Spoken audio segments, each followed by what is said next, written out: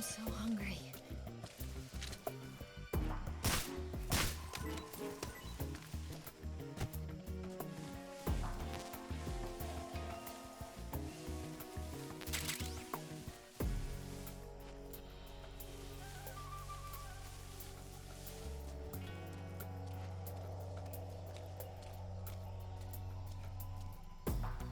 So tired.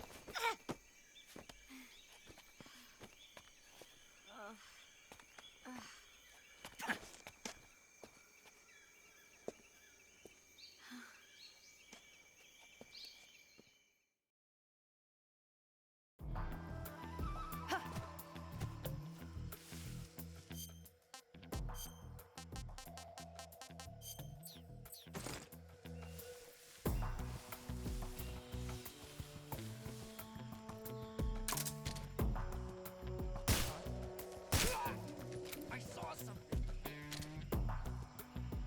What's wrong? What?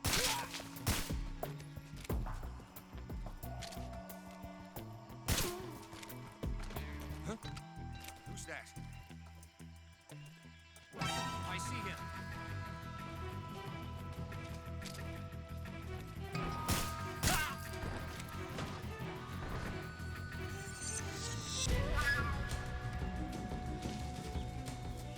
Nothing there.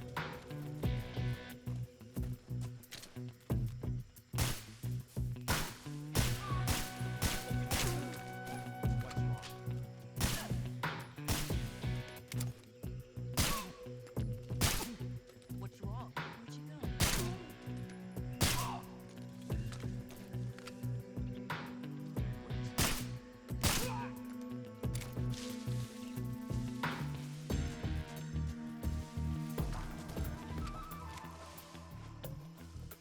Where'd you go? Where'd you go?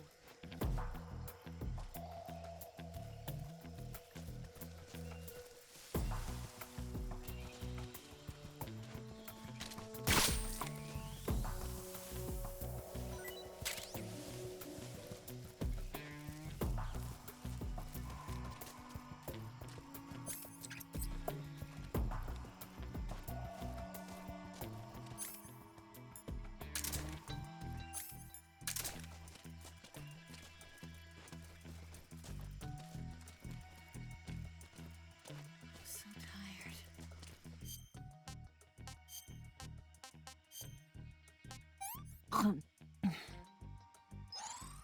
Can I have seconds?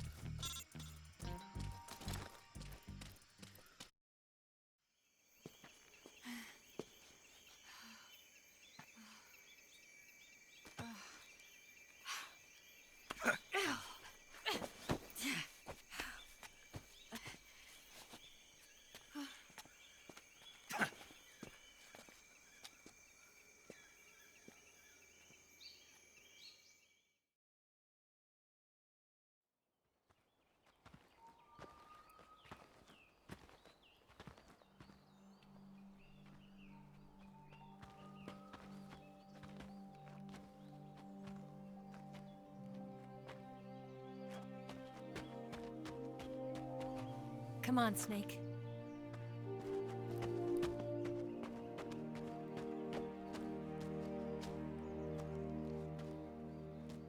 We made it. We made it. Over there.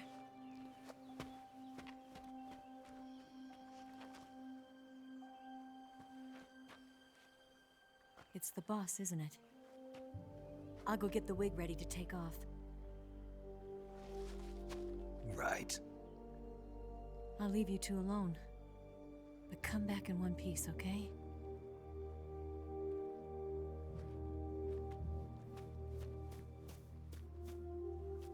Promise me!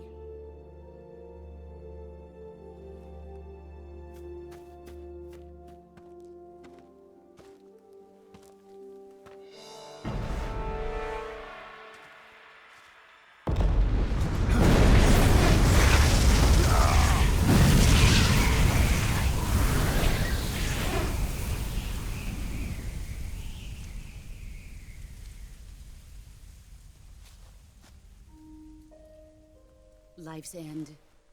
Isn't it beautiful? It's almost tragic. When life ends, it gives off a final lingering aroma. Light is but a farewell gift from the darkness to those on their way to die. I've been waiting, Snake, for a long time. Waiting for your birth, your growth, and the finality of today. Boss. Why are you doing this? Why? To make the world one again. The world used to be whole. But with the end of the Second World War, the philosophers began to fight amongst themselves, and the world was torn apart. The Cobras, my comrades who trained and fought alongside me, were torn apart as well. The foibles of politics and the march of time can turn friends into enemies just as easily as the wind changes. Ridiculous, isn't it? Yesterday's ally becomes today's opposition, and this Cold War? Think back. When I was leading the Cobras, America and Russia were fighting together. Now, consider whether America and Russia will still be enemies in the 21st century. Somehow I doubt it. Enemies change along with the times, the flow of the ages, and we soldiers are forced to play along. I didn't raise you and shape you into the man you are today just so we could face each other in battle. A soldier's skills aren't meant to be used to hurt friends. So then what is an enemy? Is there such a thing as an absolute timeless enemy? There is no such thing, and never has been. And the reason is that our enemies are human beings like us. They can only be our enemies in relative terms. The world must be made whole again. The philosophers must be reunited. I will devote my skills to that purpose. And with the Colonel's money, I will achieve that end. Just as I once created the Cobras. They are my family. I may no longer be able to bear children, but I still have a family. It was November 1st, 1951. I was in the Nevada desert participating in atomic testing. The name Nevada is derived from Spanish, covered in snow, white as snow. And snow is exactly what I saw in that Nevada desert. It froze my blood white. Snake, you were an atomic test subject, weren't you? On Bikini Atoll. That's part of the reason I was drawn to you. You and I are alike. We're both slowly being eaten away by the karma of others. we'll never have the chance to die peacefully of old age. We have no tomorrow. But we can still have hope for the future. In 1960, I saw a vision of the ideal future from space. 3 years earlier, the Soviet Union had succeeded in launching Sputnik, the first man-made satellite in history, into orbit. This came as a huge shock to the United States. In response, America threw everything it had into its own manned spaceflight project, the Mercury program. Even as the Soviets seemed poised to send their first man into space, America was still experimenting with chimpanzees and rockets. The government wanted human data. So they secretly decided to send a human being into space. I was the one they chose. At the time, they didn't have the technology to block out cosmic rays, and whoever they sent up would inevitably be exposed to heavy radiation. That's why they chose me. After all, I'd already been irradiated once. Of course, you won't find any of this in the history books. I could see the planet as it appeared from space. That's when it finally hit me. Space exploration is nothing but another game in the power struggle between the US and the USSR. Politics, economics, the arms race, they're all just arenas for meaningless competition. I'm sure you can see that, but the Earth itself has no boundaries. No East, no West, no Cold War. And the irony of it is, the United States and the Soviet Union are spending billions on their space programs and the missile race, only to arrive at the same conclusion. In the 21st century, everyone will be able to see that we are all just inhabitants of a little celestial body called Earth. A world without communism or capitalism, that is the world I wanted to see. But reality continued to betray me. In 1961, I was sent to Cuba, to Bahia de Cochinos. It was part of a CIA-sponsored invasion under the guise of taking Cuban exiles back to their country. But the US government betrayed them. Our weak-kneed president held back their air support. Defenseless, the exiles were annihilated by the Cuban army. All I could do was watch in silence. I was set up by the very country I'd sacrificed so much for, by the very government I dedicated my life to defending. I was driven from the surface world, and I went underground. Then, 2 years ago, I faced the Sorrow, my old comrade in battle. He was my friend. But one of us had to die. I was left with no choice. The Sorrow gave his life for me. There is no enmity between us. One must live, and one must die. That was the mission. The ones who gave me that mission were the philosophers. Early in the 20th century, the true holders of power in the United States, the Republic of China, and the newly formed Soviet Union gathered together in a secret meeting that would later be known as the Wiseman's Committee. The secret pact they formed there marked the beginning of the philosophers. But the last of the original members died in the 1930s. After that, the organization began to run out of control, and the Wiseman's Committee degenerated into a mere shell of its former self. The philosophers of today have no sense of good or evil. Their influence extends to countries and organizations involved in every aspect of every war. They have become war itself. That's how they operate. The sacrifices of war cause a shift in the times. This shift leads to renewed conflict, and in turn triggers the next war. Like a nuclear chain reaction, each conflict sparks countless others, forming an endless spiral that will continue on for eternity.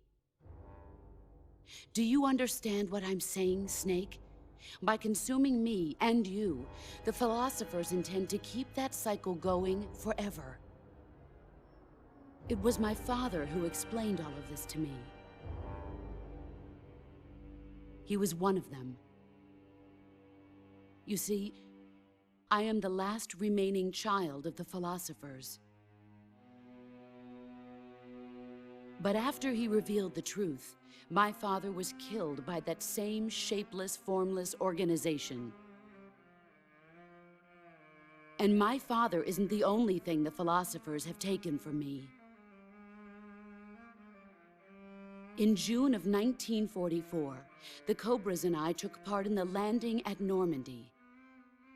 We'd been given a top-secret mission to locate and destroy enemy V-2 rocket installations. I was pregnant at the time. The sorrow was the father. I gave birth on the field of battle. A beautiful baby boy. But my child was snatched away from me by the philosophers.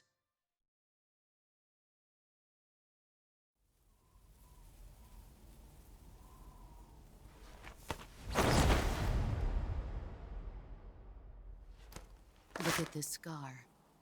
This is proof that I was once a mother. I gave up my body and my child for my country. There is nothing left inside me now. Nothing at all. No hatred, not even regret. And yet sometimes at night, I can still feel the pain creeping up inside me, slithering through my body like a snake.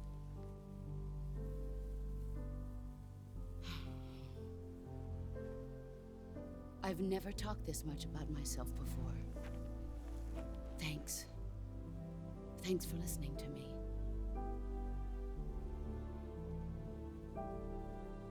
I feel content. Snake? Commence the operation. I raised you. I loved you. I've given you weapons, taught you techniques, endowed you with knowledge. There is nothing more for me to give you. All that's left for you to take is my life, by your own hand. One must die, and one must live. No victory, no defeat. The survivor will carry on the fight. It is our destiny. The one who survives will inherit the title of boss. And the one who inherits the title of boss will face an existence of endless battle. I'll give you 10 minutes. In 10 minutes, MiGs will come and bomb the hell out of this place. If you can beat me in less than 10 minutes, you'll be able to escape in time. Let's make this the greatest 10 minutes of our lives, Jack. Boss. You're a soldier. Finish your mission. Prove your loyalty. Face me. I come.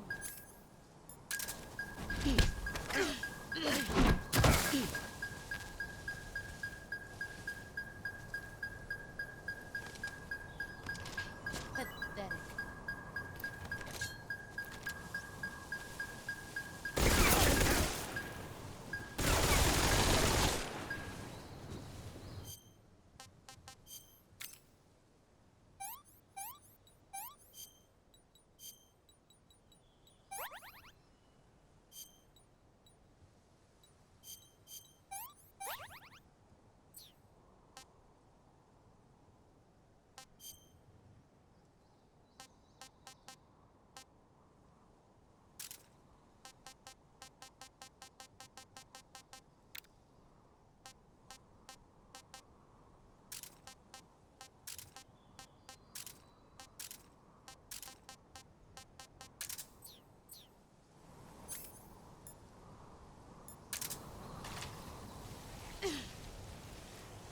Where are you hiding?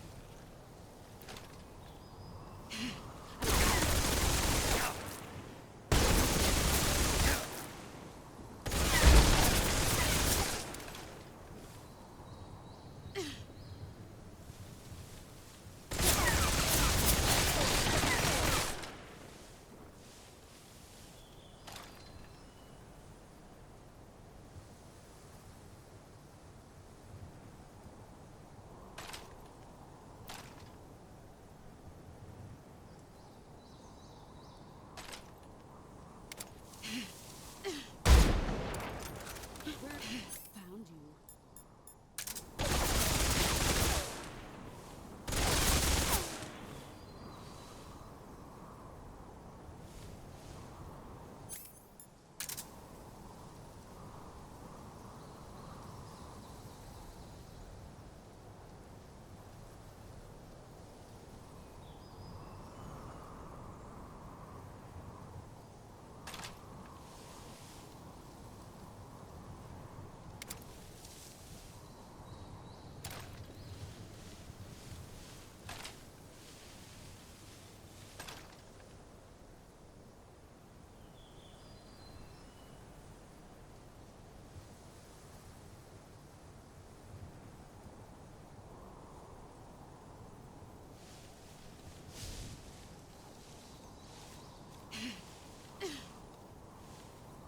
Where did you go?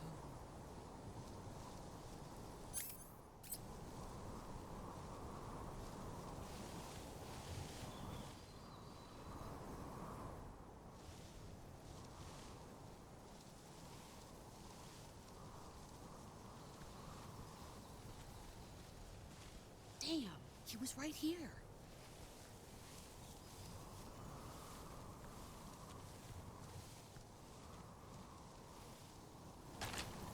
Let's see what you're made of.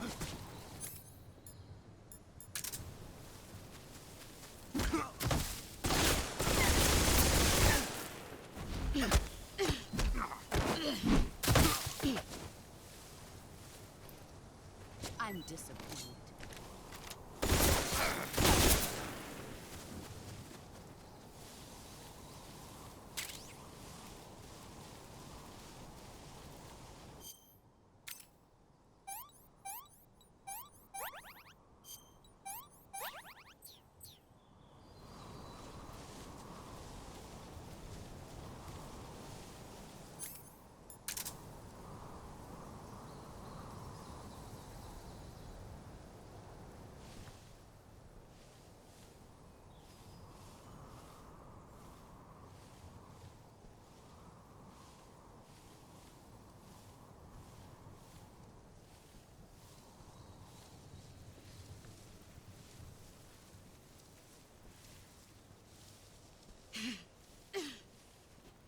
Get ready!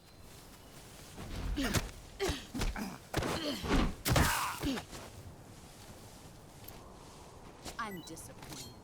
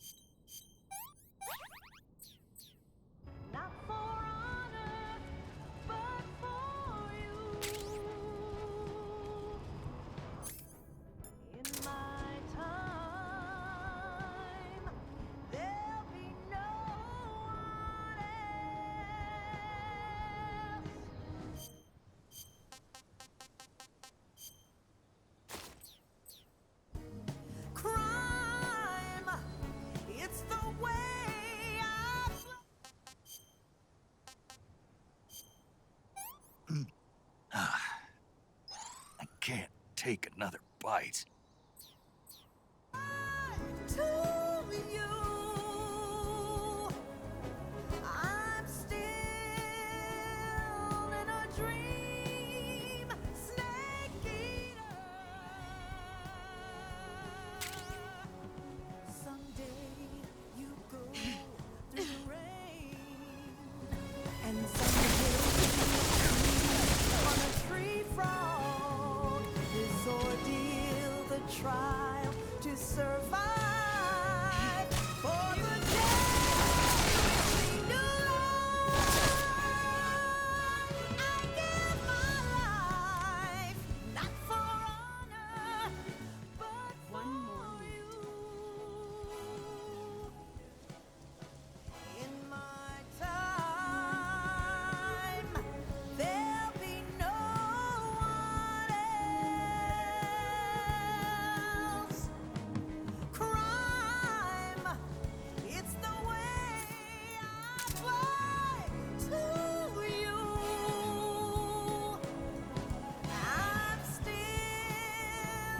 in a dream, snake eater.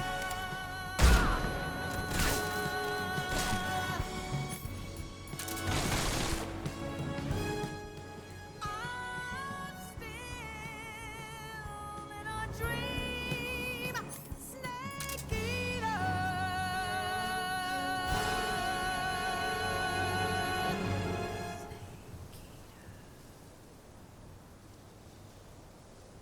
Our time is up, Gideon.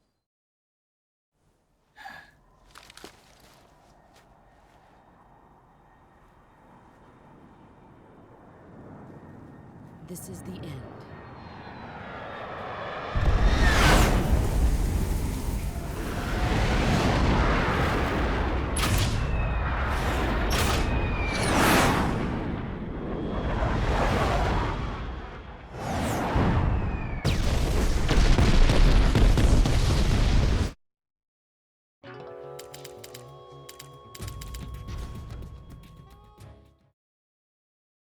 Ready. Excellent, Jack.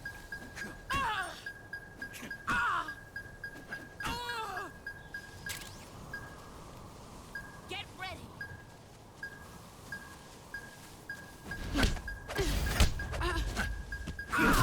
You're better than I remember.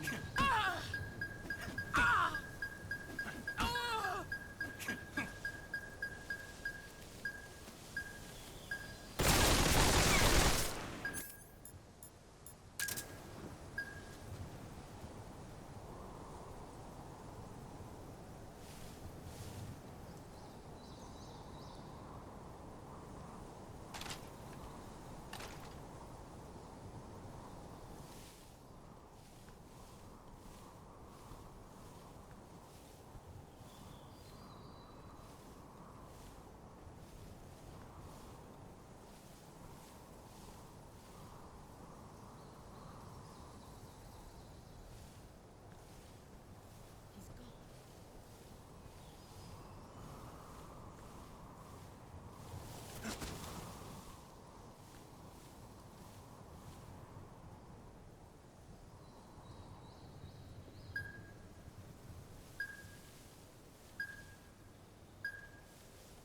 There he is. Brace yourself.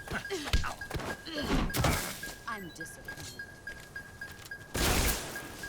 You better run.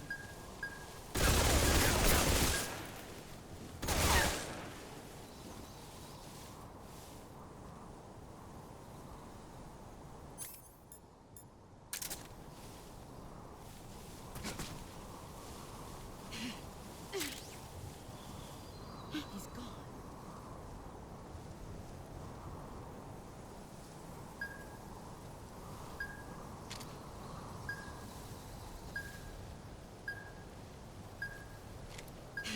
I found you. Here I come.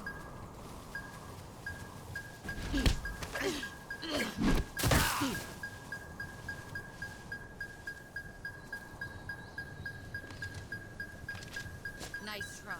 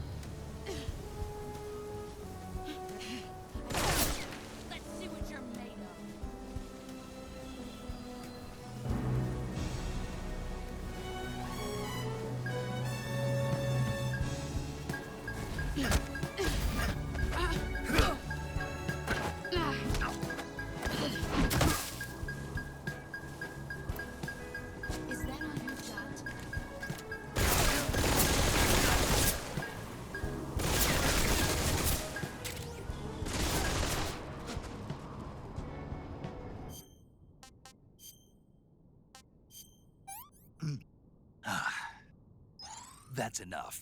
No more.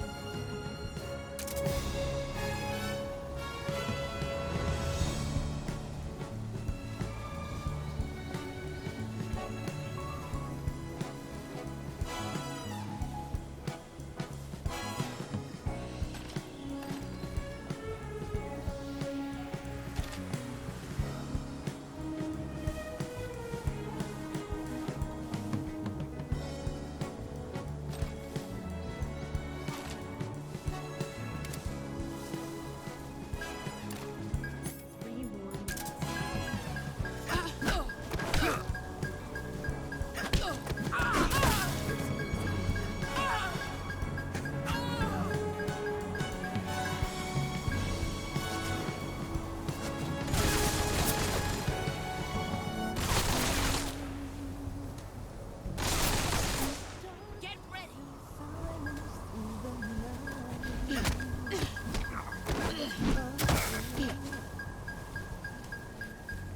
I'm just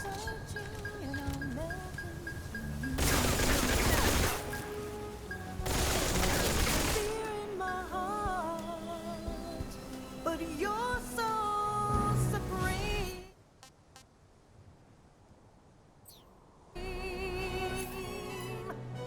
I give my life not for honor, but for you.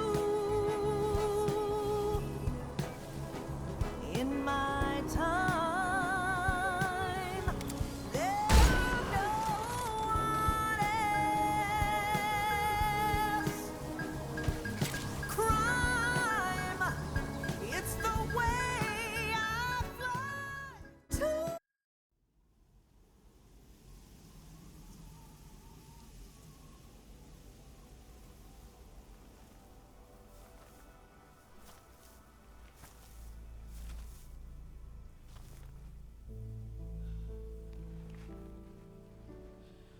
take this.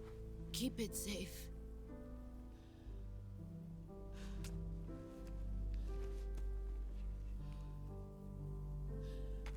It's our only hope.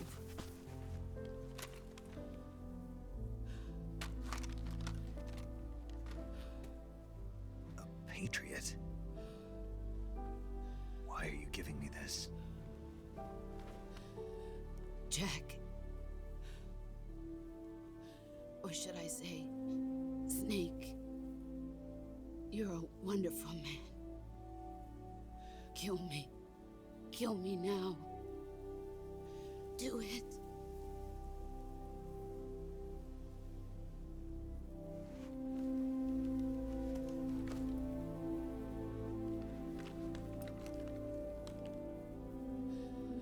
There's only room for one boss and one snake.